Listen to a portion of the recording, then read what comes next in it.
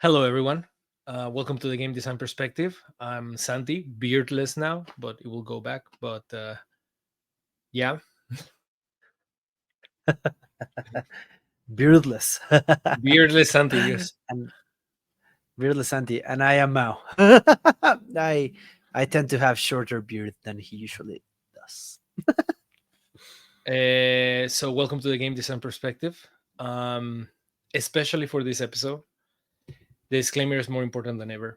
This is our opinion alone. This does not represent any of our employers, previous or current.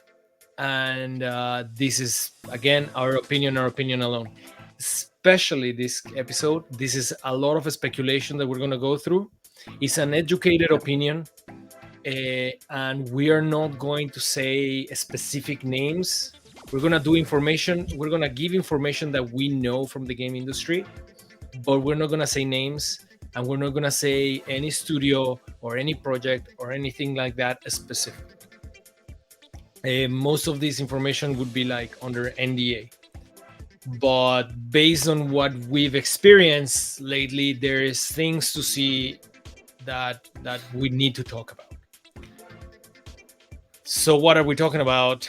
Is the game industry in 2023. So as a gamer, I think 2023 is probably one of the best years I've ever had video games wise. Yeah. Um, like As a gamer, it was amazing. amazing. Amazing. It was Like incredible. pretty much every super hyped Japanese IP got a release this year, right? Or an And not announcement only even. yes, that on the Japanese side, but also on the Western side, right? Like it was amazing as a gamer. Yes. Yeah, like we saw the video game awards recently, and it was like Baldur's Gate was incredible. You guys know I love that game. Yeah. um, it, what a great year for the gamers, for the consumer, but Yeah. for the developer was a really hard year. um, you guys probably have seen there is around 6,000 layoffs. Now, for some industries, like it's always a lot of jobs. 6,000, like above 6,000 is always a lot of jobs, but there's a little bit of context to understand here is that the game industry and especially the console PC market, including indie, is really small. It's really, Yeah. really significantly small. The biggest studio in the world, like, probably doesn't go over 10,000 people. And that's Yeah. like the biggest company in video game, like video game developer in the world. So the game industry is really, really small. When you start studying game design, one of the first things they tell you is that always be like cool, always be like nice to other developers and other people, because everybody knows each other. Yeah. Pretty Everybody much. knows each other. If you don't know someone, you know someone that knows that person. And we're talking like the craziest names, you know? The game industry is that small. So when you're hearing that 6,000, around 6,200 jobs are lost, something's happening in the industry. And there is information that we have that we cannot fully disclose, but we can make use it to make an informed opinion of what's happening in the game industry, why this is happening. Uh, Maybe some things that the press hasn't covered, we don't know, but there is interesting subjects here to discuss. And let's begin with what I would like to begin with is the tendency the game industry tends like do to like follow like the new shiny thing. This has Yeah. happened, I don't know, all over the Since decades. since the very beginning of gaming, to be honest. Yeah, Yeah. probably, I'll say probably since Mario came out. I think it's the very first example, right? Like when Mario was first released on the NES, like every Yeah, game wanted to be Mario, right? You have a lot of 2D platformers wanting to be Mario. yeah, So it's it's exactly. it's something that has happened ever since. The thing that we're seeing now is that this trend of the game industry is starting to cause something of a crash now. So what's happening? So if you see back in the Super Nintendo era or in the 90s, it was the mascots crazy or the RPG craziness Yeah. on the PlayStation, right? It was the Sonic era, the Mario era, or the Bobsy era. You know, like there's a bunch of mascots everywhere, and everybody wanted a new mascot. You know, and then comes the 2000s, and is there is this. It's a little bit of at the beginning. The PlayStation 2 era is a little bit more of a melting pot, but we see this trend again in you see this trend a little bit. For example, Grand Theft Auto. So Grand Theft Auto 3 Yeah. comes out, breaks the world with the idea of an open world, and then the idea of a crime kind of simulator stuff, and you start to get these type of games, right? You start to get true crime, Yeah. you know. You Eh, started you actually like Grand Theft Auto got like super huge on the PS2, but you started seeing all of those wannabe Grand Theft Auto games back when the 360 was like coming to like starting that's when blew up. That's when it blew hit. up. Yeah. Yeah, that's Yeah, when it that's when it like blew up. Yeah. when San Andreas comes out, they're like, oh my god, you know, and like, Yeah, we need this. We need a piece of the pie, and yeah, this is insane. yeah, yeah, The PS2 it era has also happened. has this time that like the Xbox brings the what would be with Halo, right? Halo is a great success, it's a Yeah, big success, and they start to do first-person shooters, and this snowballs a little bit in what Call of Duty would become. And then there is like the Call of Duty craze, right? And it has always been like this. Now, what I don't see people talking about it is that this trend grows exponentially in scope, and this is the problem. This is one of the biggest problems. So you start with like a simple platformer that can be done by 10 people, you know, or less, you know, in the Super Nintendo. The yeah, Super Nintendo dev kit was complicated, and Super Nintendo and that generation of console only program and assembly, but they uh, they usually like it was small teams, and as yeah. you then uh, RPGs, yeah, the budgets are huge. Their budgets are huge, but they are scalable. They are the PlayStation 1 RPG is iterative. So Final Fantasy 7 costs like 150 million, but 8, 9 take that technology, take that improvement and cost way less. Yeah. So Not you only start to that, see like that. they develop it like in a year or less because Yeah, of that, yeah, because of how scalable and iterative they are, which exactly. worked in favor of Final Fantasy. So like there's absolutely nothing wrong with it. Actually, I'm all into it, right? But yes, it's super scalable. It's super scalable, right? So yeah, you see this craze, but the scope is still contained. Like you release Yeah, the product and you move on, right?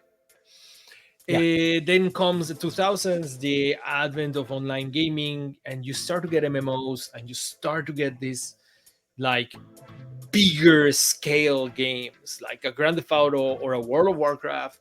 Is not yeah. something that you can easily like No, replicate. It costs a lot of money, and I saw a lot of good studios close down because of this trend, right? I saw yeah, Radical Entertainment and I saw United Front Games, which are fantastic studios in Vancouver, Canada, that they literally closed down while I was studying, following this trend and other reasons. There are several reasons, but they were following this trend as well, right?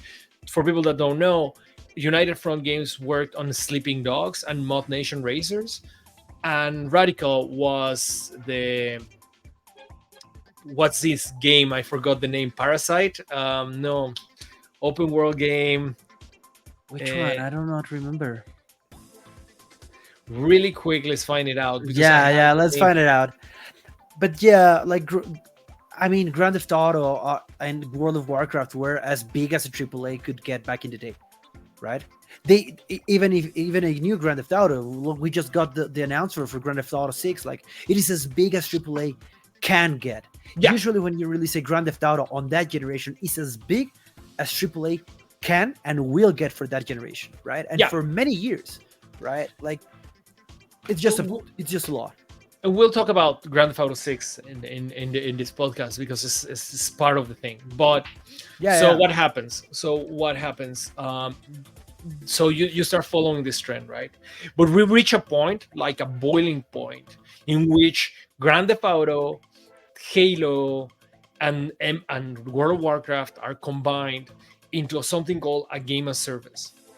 And a game as service, yeah, from personal experience, a game as service grows your scope so much, but it's like a silent killer, the game as service, because you it's very difficult to plan when your release date is the beginning of the game. So the scopes get huge out of nowhere. And it's easy to dream updates, and it's easy to dream as developers, like this is of course like partially the fault of developers, you can say that, but the reality is that why does this trend exist? When a studio is starting a new project and they're looking for publishers and funding, the majority of executives, the majority of publishers will go and look at the bottom line, would look at it like, what would make us money? Okay, hey, it's very easy to bring the biggest success and say, hey, we can do this as well. You're gonna make a lot of money as well. Whoa, that's a very nice argument. I'm gonna give you $20 million. Guess what? Grand Theft Auto, the game that I put on the wall to try to replicate that so would bring you money, cost $200 million. Oh, but that's not our deal, right? That's not how it works. So you see, like this is a snowball that has been coming from the 90s. This yeah, trend, the idea that like publishers and executive venture capitalists or any kind of funding to deliver these games, as the scopes went up and as budgets went up, like they snowball into this disaster of like overscoping projects. yeah. And I can say actually from experience that there are a lot more game as service games right now that haven't been announced. Almost every Western studio that has more than 200 employees is working on a game as service. Most That's of them. And I'm talking that's that a there lot. is around there, out there, 15 game as service that I've heard of that are out there ready to come out. Yeah. And on a market that is, second point, easily saturated. Yeah, that's what I was gonna say. Like, I think it was last year when Rumbleverse was released, right? Yeah. And to be honest, I played it. It was really good, but like, I mean, I'm not huge on games as service. Like, something just doesn't hooks me in. And after a month or two, like, I never heard of it again. And then I went to research about it, and it just closed. Yep. Like, Less- I don't think it less got than a year. past like, Mhm. yeah, I don't think I don't know how many seasons it's got, but It doesn't matter. very little. They how, lost a how lot of much money. it lasted, right? They lost a lot. They should have because Now, like live service games, they are a bet for the long term. Yep. You cannot have a live service for a year, because for a year or two or maybe three, it's not going to be profitable. no. They are a very long bet. On a market that is easily saturated, here is the thing. Yeah, So game as service like come also from mobile, right? Like have player retention. So that you have whales, and like for people that don't know, whales are people that invest a lot of money in your game. And usually mobile games survive out of, let's say they have 1 million users, 10,000 are whales, and they survive out of those 10,000, so that they want to retain those 10,000, right? That's what Yeah. matters to them. So what happened to the mobile market recently, and this is, I know for sure from big mobile studios, is that a lot of mobile studios had layoffs as well. Not just that, I saw personally a lot of people that came from mobile development are having issues finding work now. Yeah. And one of the reasons, I think, this again, this is all speculation, but one of the Yeah, this reasons is all speculation, guys. is because the mobile market has saturated. The mobile market, when a person plays a game in their phone, they play one, max two games, which means that all the thousands of games that come out, game as service, that come out, they tend to not do great outside of the Chinese market, of certain Asian markets. So you have this saturated market with a market that cannot sustain 20 games sometimes. Yeah. So what's happening? I know from personal experience this is happening. I'm not going to say specifically who, but a lot of mobile studios are moving away from mobile games and are trying to move into console games now. So what happens with people that come from a mobile market? They like the mobile game, like game studio, they lose their job, and then they're like, "Hey, I cannot find work now." And I know personally people that has taken them like 8 months or something like that to find work. It's crazy. It's 8 months is crazy. crazy. Eight It's months. crazy. So so you start to see the live service bleeds into the console Yeah. game, when the live service is kind of what saturated the mobile market, and then altogether the mobile market is no longer as healthy as it used to be, and then the console market is getting saturated, like people are saturating a certain aspect of video games that is a game as service. How many games as service? You and I, Mao, you said it yourself, we don't play as many game as service, but I'm sorry, Final Fantasy 14 hooked us in. How many MMOs Yeah. can you play in your life? No, like, to be honest, I played World of Warcraft. I mean, you played it with me, right? And Yeah, we're we were next to each hooked in other. it for like 2 years, but after 2 years, like, we were out of it, right? And Yeah, we're probably never coming back. Oh, I don't it think doesn't so. mean it's a bad game. It's amazing. World of Warcraft is amazing. We We're enjoyed probably it. never coming back, right? And Final Fantasy 14 is also amazing, but you cannot get hooked into another one because you're leaving Final Fantasy 14, right? And Right? then you're leaving everything you've done there, Yeah. which is a commitment. A live service game is a commitment, right? So Mhm. it's not easy for someone to just let go of everything they've done and everything they've bought, Ex- right? Very, very important aspect. There is a flaw Yes. in the game as service by nature, that Yeah. when you get the moment, all the money you've spent on that game as service, on expansions or cosmetics or whatever you wanted to spend on, all the money you spend, that's money that the company needs you to spend in order to Yeah. stay afloat. So let's get this Yeah. straight. People that play free game as service, the game company, the publishers don't care about you, because you don't bring them bottom line, but like money. You don't bring money to them. So Yeah. what's happening?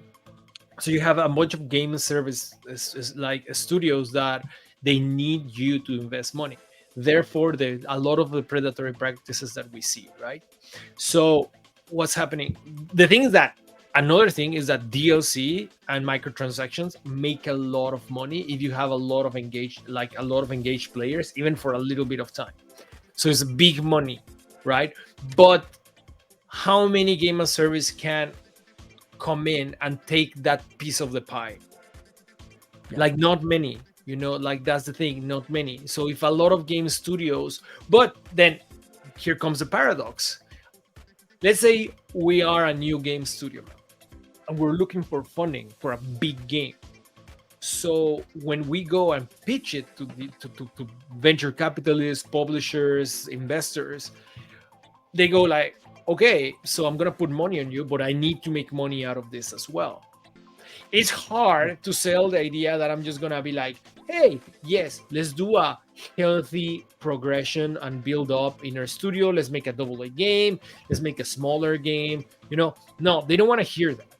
What they want to hear is like, hey, bro, we need to make money. What makes money in the game industry? Well, the easier one to justify is that, hey, Destiny makes a lot of money in the game industry, or uh, a bunch of live service games make a lot of money in the game industry. Hey, Genshin Impact make a lot of money in the game industry. Oh, Genshin Impact make a lot of money in the game industry as a gacha game. Awesome. Let's flood the market with anime RPG gacha games. Because all the Yeah. studios that are trying to start a new studio, they need funding, so they need to justify the funding coming in, and they need to give security to investors. But the investors are looking for security in, hey, this product made a lot of money.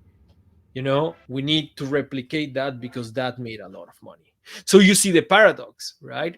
You see Yeah. the paradox. We see that, like, it's visible that the game as service market is causing a crash on the industry because a crash is coming.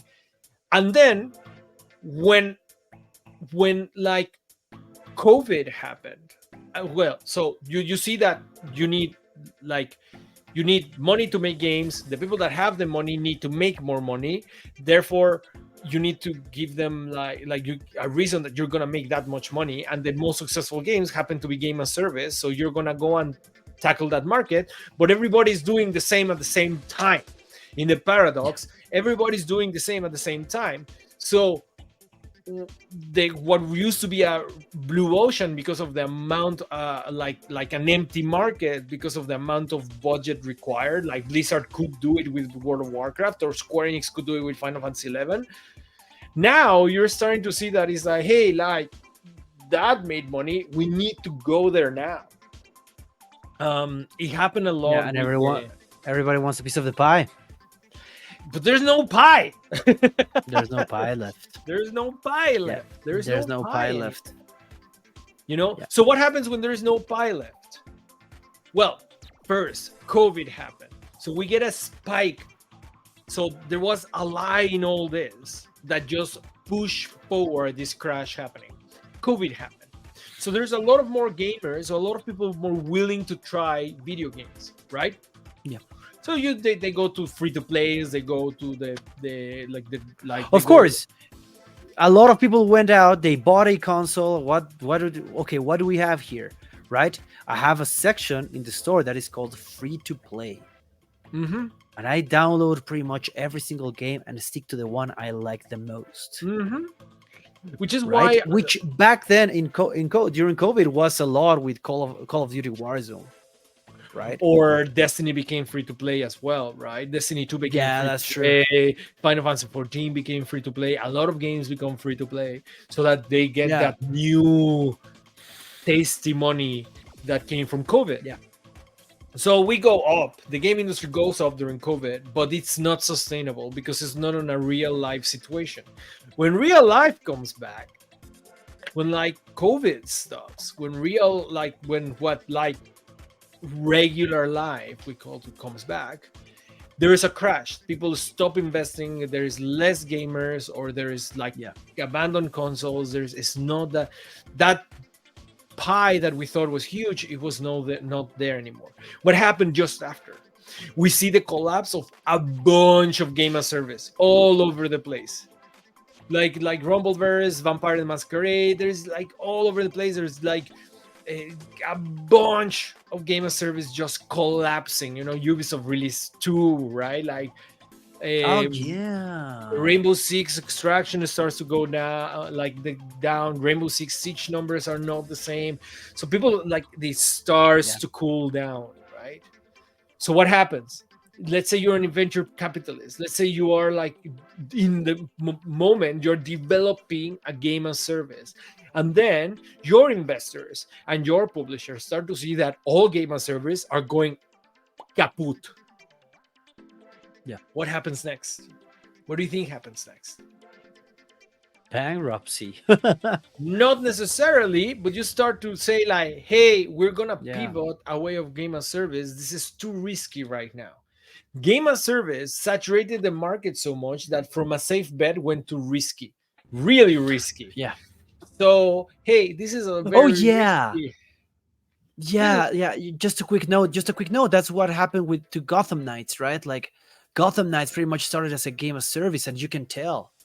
and then But they pivot. when the market was starting to pivot after COVID, they were like, remove everything that is game of service. But your design inherently, like, you've been building this game for years as game of service. You know You which? cannot completely get rid of it, right? You get rid of the microtransactions, Yeah, but everything that was there will remain there.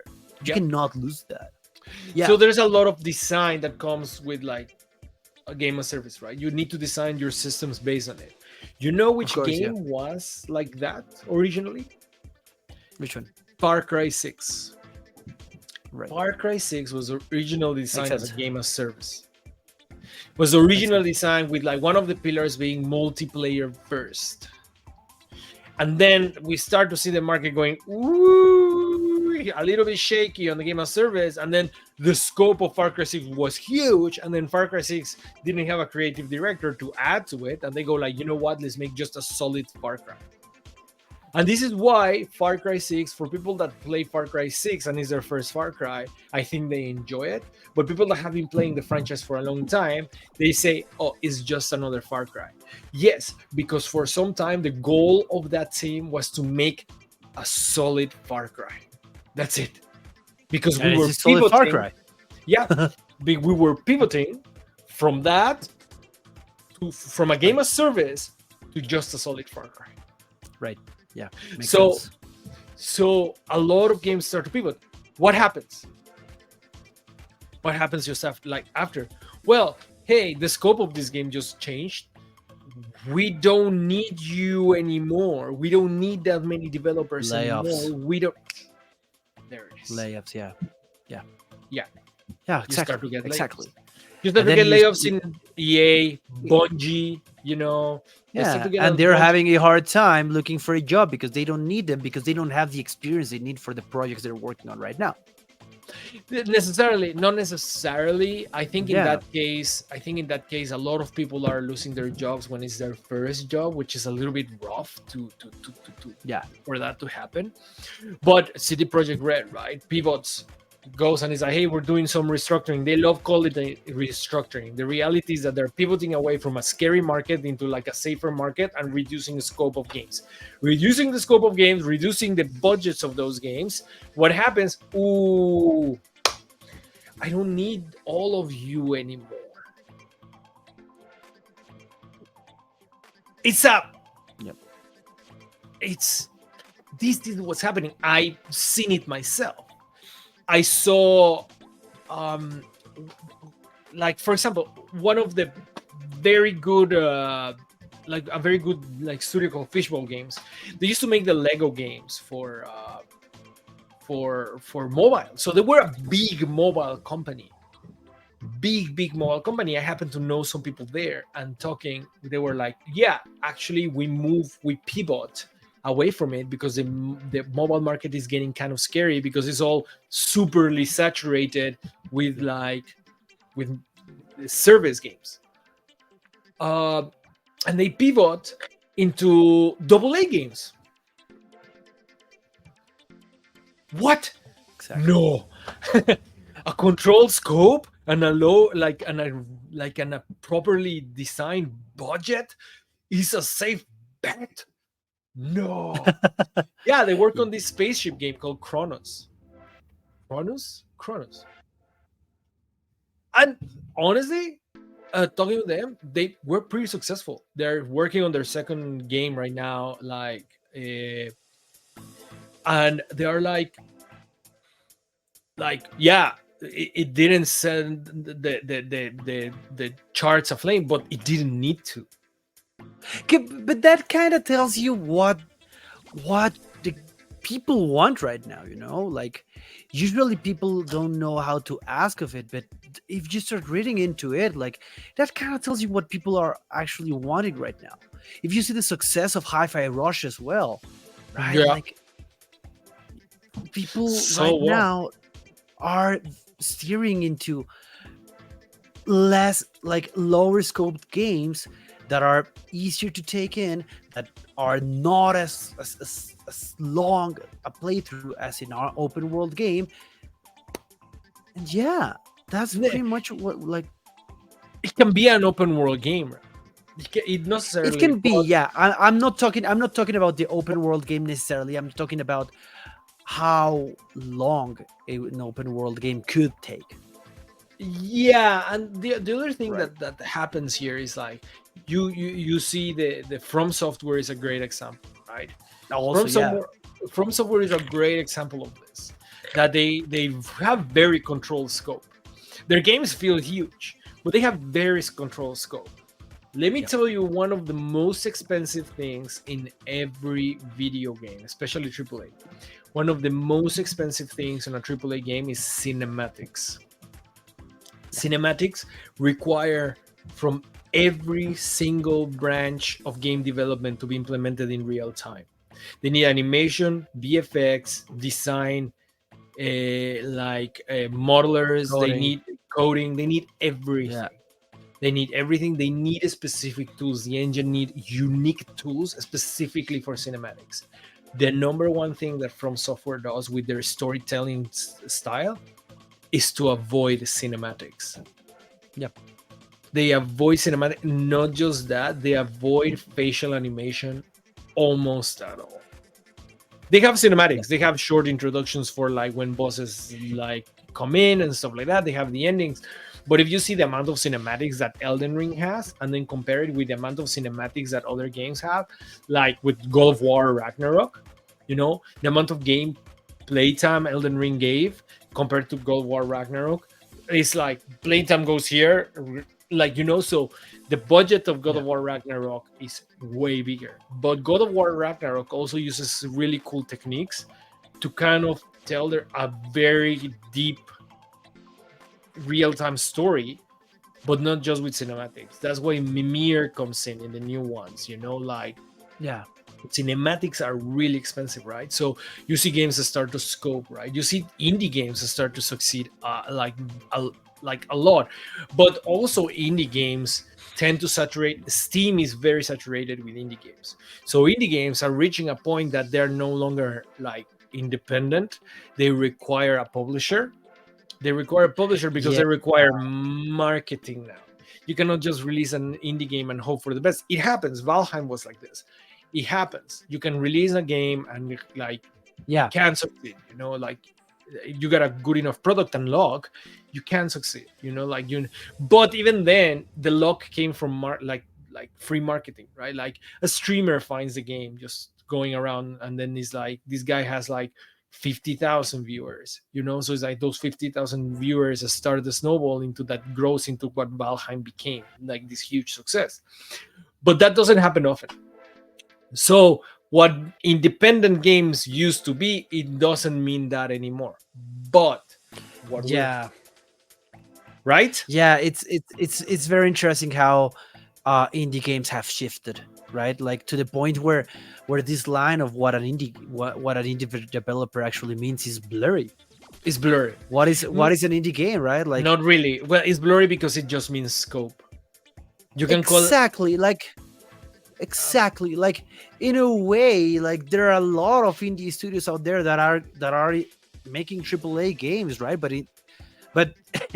they are actually indie studios, right? Like, they make the But games by their own, but so it is yeah, yeah, it is a little yeah. blurry. It used to It be is clearer very blurry. before, and yeah, I see what you mean. Yeah. So, but what is also happening is that these indie game publishers end up being the healthiest, Yeah. are the ones that have the least layoffs right now. Like, I'm not saying this is 100%. This is all speculation, but I don't see Devolver Digital having the layoffs of EA or Blizzard, or like Blizzard have layoffs. Let's say Unity, for example, Yeah. right? Like you don't see Yeah. those. You don't see those layoffs. They tend to be healthier because they tend to have multiple projects and a diverse portfolio to fall back on, which is something that EA used to do, but not anymore that well, right? Like the change of like live service games kind of messed up BioWare big time, right? And you see that, like you see, so the problem is not live service games, because live service games have a place and time and a scope that fits the game industry. Yeah. The problem also is not the like market saturation necessarily, because the market saturation is a symptom, not a reason. The reason the industry is going into a crash is because the investment, the source of investment does not care about scope. They do not care about a healthy growth. They do not care about the scope of a game. Therefore, we start to see bigger and bigger and bigger and bigger games coming from studios that not necessarily have all the experience sometimes, or from studios that you just feel they need this to compete with the market. Funny thing, if you can see it in several studios.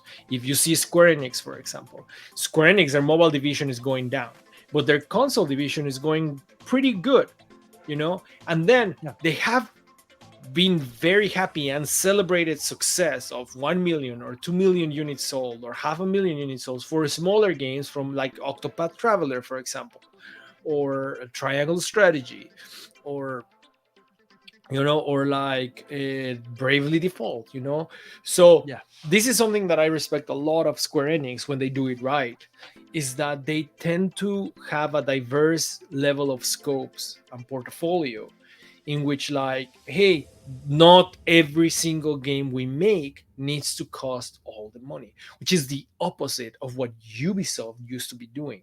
And this is one of the reasons I like the new Prince of Persia a lot, because it hopefully Yeah. like shows a change, a shift in direction in the management of Ubisoft, that is not, we don't need to invest all the money in all the games. I think this is the problem. The problem is not live service games. The problem is that developers feel the need to promote live service games in order to exist, because the investment requires it. Therefore, Right. we get a crash. Therefore, we get layoffs the moment that market gets scary. That's my speculation. Yeah. It makes sense. It makes sense. Yeah. For example, I have a very clear example. There's a really nice studio. I really like them. I love the search too. So Deck 13. So Deck 13 releases Atlas Fallen this year, which is probably the worst year to release like a double A action RPG that is about desert. Like, I played it. I think it's a good game, personally, but you can see how it can be drowned by other releases this year, like Final Fantasy 16 or Zelda. Now, that game didn't set up the charts aflame. That game didn't. No. Guess what? Deck 13 didn't have layoffs, even though the game wasn't super successful. Yeah. It's What? a matter of scope. They got their money back and more. They got a matter of scope. It's a matter Yeah, of they scoping didn't. properly They and having a didn't. They proper didn't business need. plan. They didn't need like tens of millions of copies sold just to make a profit. Far Cry 6 needed 10 million copies to be profitable. We cannot be aiming for that. Like, it's But impossible. Metro You cannot be Exodus aiming for that. Metro Exodus sold 5 million copies on the first 2 or 3 months, and he's like, whoa. I bought it 3 times. Well, yeah. I expect you to do that. I worked on it. Yeah, I bought it 3 times. So it sells 5 million units, and like the CEO is like, yo, these guys know what they're doing. And can be kind of comparable projects in a bit, but Metro's scope was very controlled because it wasn't that many people. The team was that big. It was like 150 people, if I remember correctly. So a very controlled scope. And then Deep Silver was so happy with the performance of Metro Exodus that it just greenlit games. Just like, Exactly. Yeah. it's like they said they're working on the new Metro 40 games, and it's like, yeah, okay, the sequel, they're very healthy, like financially, so Do it. Yeah. you know, From Yeah. Software Makes seems to sense. be Makes very healthy sense. financially. Nintendo seems to be very healthy financially. Well, Nintendo's a different business, but Which brings me to a question, which is a little hard to define, right, or to measure. But I mean, both games are released by were published by Microsoft. But what would be the difference between Hi-Fi Rush and Starfield, right? scope. Because I saw, yeah, but I saw Hi-Fi Rush, like people go nuts about it. Whereas Yeah. Starfield, like I saw it like steady, and it's still being steady. I didn't see people like blow up about it, right? It's a little hard to measure how successful both of them are since they're both on Game Pass. But I think the expectations of so the thing that made Hi-Fi Rush succeed was its brilliant marketing plan of brilliant, literally brilliant, just announce and release, because people didn't come with an expectation. They knew they had a strong yeah, product, they knew they had a yeah. great art style that was easy to sell, and they just went in and boom, people didn't have expectations. With No, Starfield, people and it had, was just on Game Pass. yep, It was just people there. Go with go with pay with Game Pass, Star and that's it. yeah, yeah, exactly. With Starfield, people had all the expectations, Yeah, all of them, because it's a Bethesda game. I mean, people had all the expectations in the world just on Starfield, right? This is like the marketing. And again, we go back, the indie market is starting to get a little bit more expensive because now they require marketing. They require people to know about them specifically, and they require a higher quality, like bar of quality, but they need usually money for marketing. But they tend to control their scope a lot more. Blessing and curse at the same time, thanks to nostalgia many times. Like yeah. Sea of Stars, which by the way I love. I don't know if we can be considered indie normally, but it based on scope is an independent game, right? It's a Yeah. 1A game, if you want to say that. So Sea of Stars, which by the way I loved it. Uh It's a really good game. Really good game. Really Comes good game. out Yeah. and sells, I don't know, 500,000, something like that. And it's like, yep, we made money, I think. And but they needed a push, a marketing push. They needed a social media strategy. They needed, and Yeah. and that's definitely a game that is based on nostalgia. Oh, for sure. I mean, it was part of the marketing. It was like, yeah, The new Chrono the Trigger, golden right? era of RPGs, right? The golden era, right? Like, here's the new Chrono Trigger. Here is the new Mario RPG, right? Like, of So course, it was based on nostalgia. yeah, and the indie market has learned really well, and I'm really proud about this, to use nostalgia as a tool and be like, hey, with nostalgia we can use the scope of games in the past currently, but with current tools, because Exactly. Exactly. Yes. No, no. And there's a catchphrase that you see a lot of the times come up with indie games ever since Shovel Knight. It's not it's not how it felt or looked back then, but it's how you remembered it. And every single time a new indie game with this pixel art, this beautiful pixel art, because they have mastered it. Indie devs have mastered pixel yeah, art, right? yeah. This beautiful pixel art, and is every single time, every single review says like, it's not how it felt, it's how you remember it. Mhm. Always, they have Yeah, mastered it, and like nothing wrong. Actually, no, it's no, no. brilliant. It's brilliant what they've done. I It's think brilliant. that I think that there is if the indie market can keep quality up and bring new people, younger generations into like the pixel or retro style games, which I think it's happening, you start to see a lot of younger generations wanting GameCubes, for example. But Yeah. if you are able to keep quality, if they're able to keep quality products that don't saturate the market, which this is one of the things that I care about a lot, is when you finish, when there's games that you can finish or that you just play with your friends and don't ask all your time, you can move on to the next game, and that keeps the market from not saturating. Yeah. Yeah. That used to be Yeah. Sony's strategy, but so when a game asks you all of your time and all your investment in one game, then you saturate the market. So that's why single player games or fighting games tend to not saturate markets, even though my fighting games tend to be this live servicey, because you don't need to play fighting games that amount of time No. to keep an investment. There's No. a lot of skill base, like so fighting games, for example, or It's in like their single scope. player. It's inherent to the scope and gameplay. Yeah. Exactly. So they tend to not saturate the market because you can move on. So this as No, your and as like ask yourself the question: can you move on from a game simply? Can you simply move on from a game, or is like a huge investment for you to move on from this game? yeah. Yeah, because when you have fighting games, like it's even inherent to the core game design of it, right? Like, uh, how long does a match in Fortnite take compared to Hmm. how long does a match in Street Fighter take, right? Hmm. If I have like 30 minutes to play before going to bed, how many Fortnite matches can I play? Maybe one, possibly two. But for Street Fighter, I can play like 10, right? And I can split five between Street Fighter, five between Mortal Kombat, and I'm into live services games, which are Hmm. fighting games, right? Like it's inherent to the game design, but not everyone is aiming for this fighting game live service game.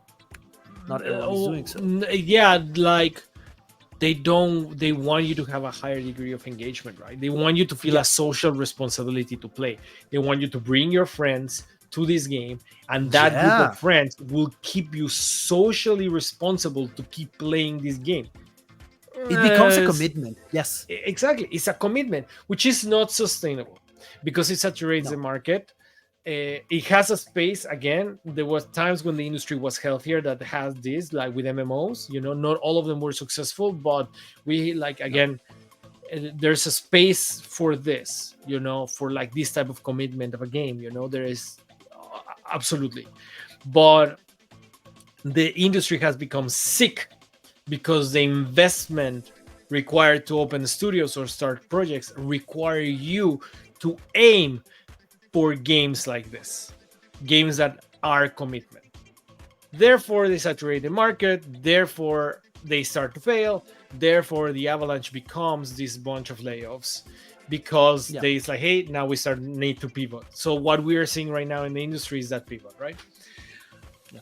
It's a fascinating subject. I think the indie market is fascinating in that sense that if they can keep the quality up of their games and not require full commitment and investment from the players and keep a healthy kind of like turnaround of games, uh, uh, the scopes are controlled and their publishers have multiple, like a diverse portfolio.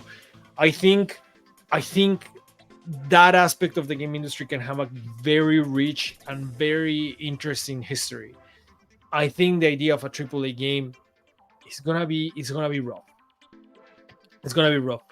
Yeah. They literally like Jim Ryan left Sony specific, like just when all the policy of game as service inside Sony just started to collapse on its own.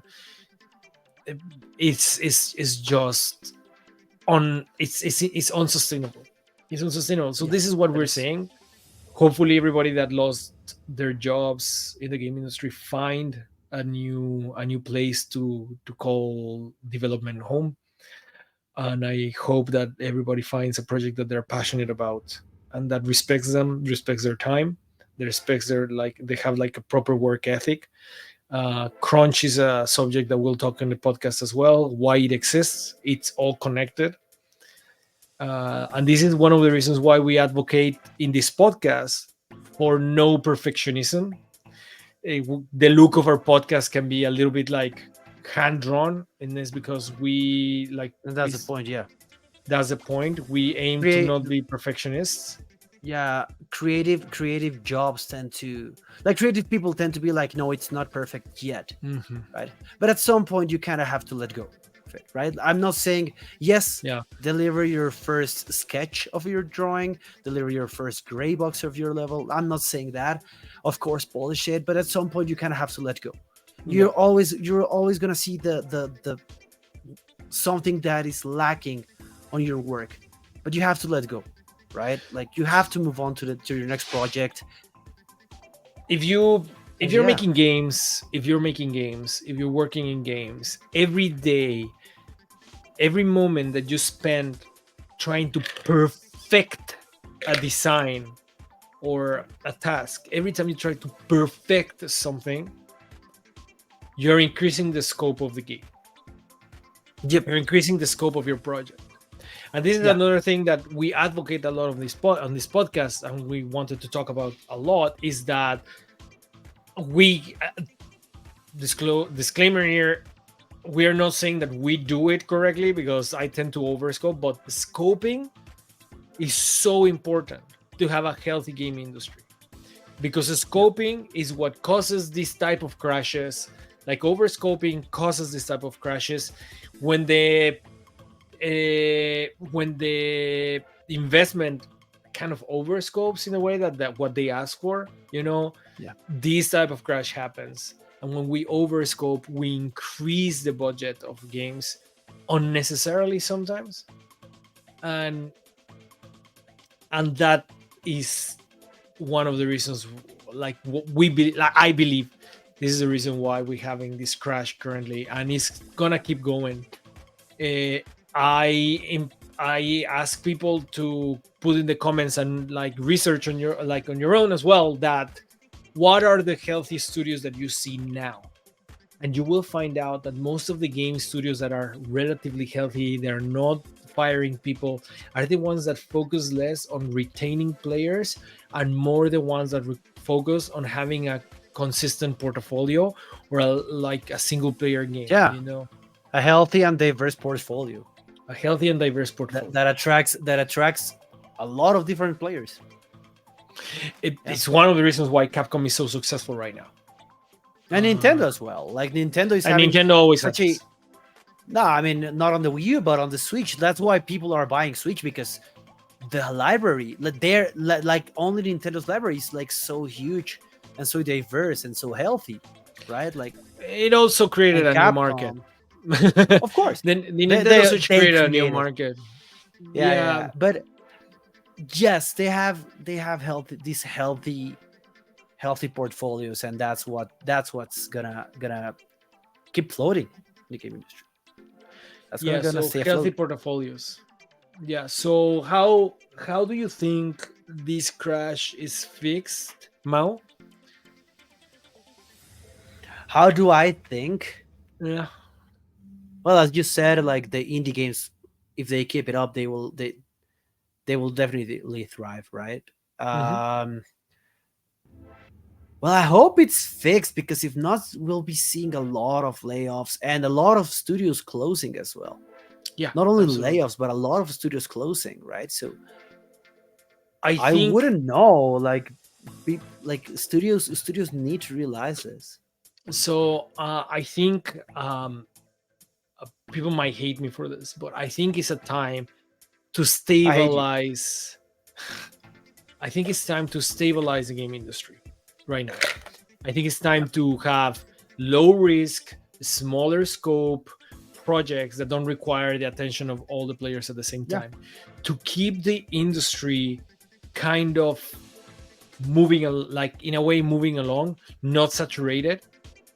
To keep the industry moving forward, have players play a bunch of yeah, things. We need that right now. We yeah. cannot, studios cannot, No, we need to pull back and games cannot last forever. We need to pull back, and games not required to be a commitment. We need No, a little bit of a turnaround. We need to lower our scopes. We need to pull back a little bit, definitely. kind of regroup, Dude, restate. with the size of the team that is required for live service games, you can split that into two, three, four teams Yeah, and create smaller games. multiple games, diverse Release portfolio.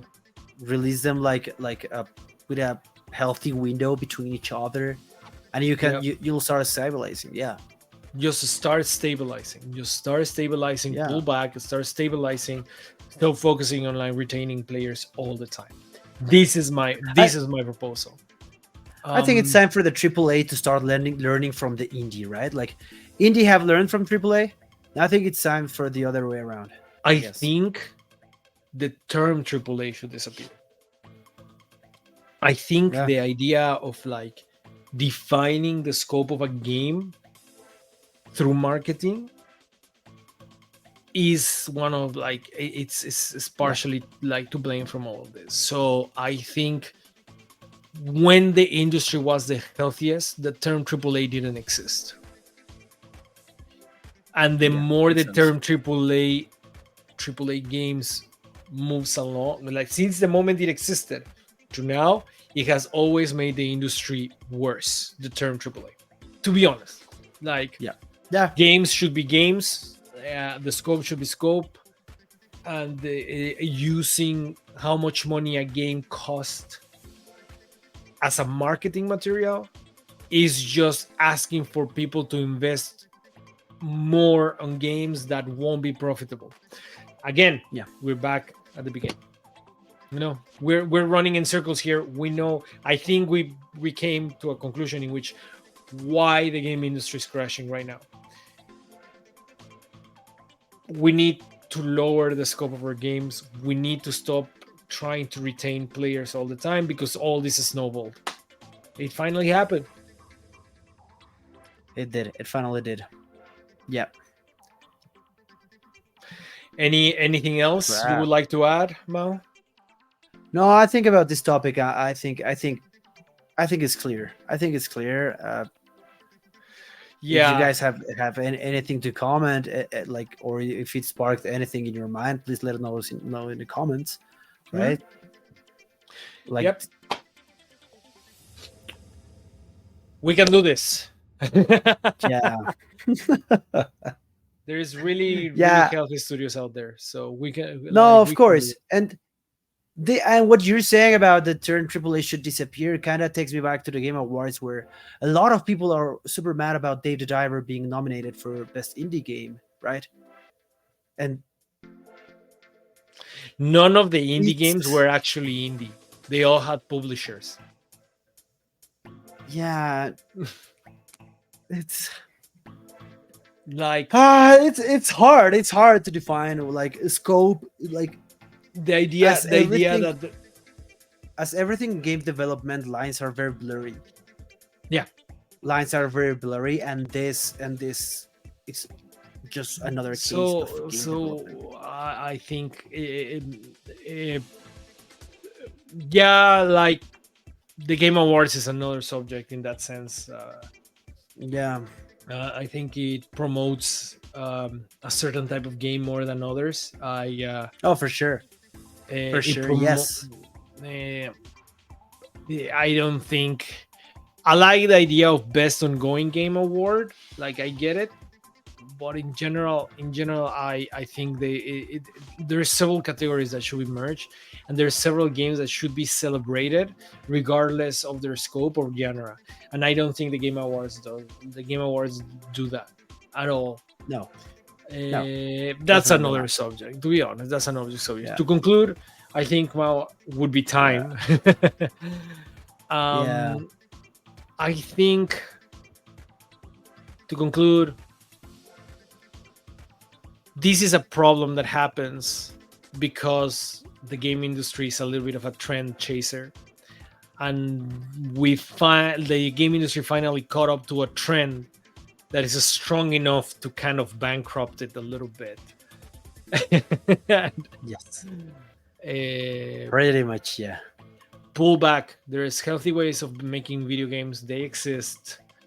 We need to scope. Like we want to make the best, but I think we need to. Which he says this. This designer says this, but he doesn't always practice it. But Fumito Ueda says that like minimalist design, if you can fix something by removing instead of adding, remove. It's time for game designers and game developers to remove instead of add and make more elegant, smaller games instead of trying to pack everything possible. It's time to scope smartly, and it's time investors to stop chasing trends and start believing in games based on quality. It's a very hopeful thinking. I don't know if it's going to happen, but if this happens, I think we're It's going on very the right hopeful, path. yeah. It's very hopeful, wishful Yeah, thinking, but it can happen. One of the reasons this podcast exists is for us to say messages like this.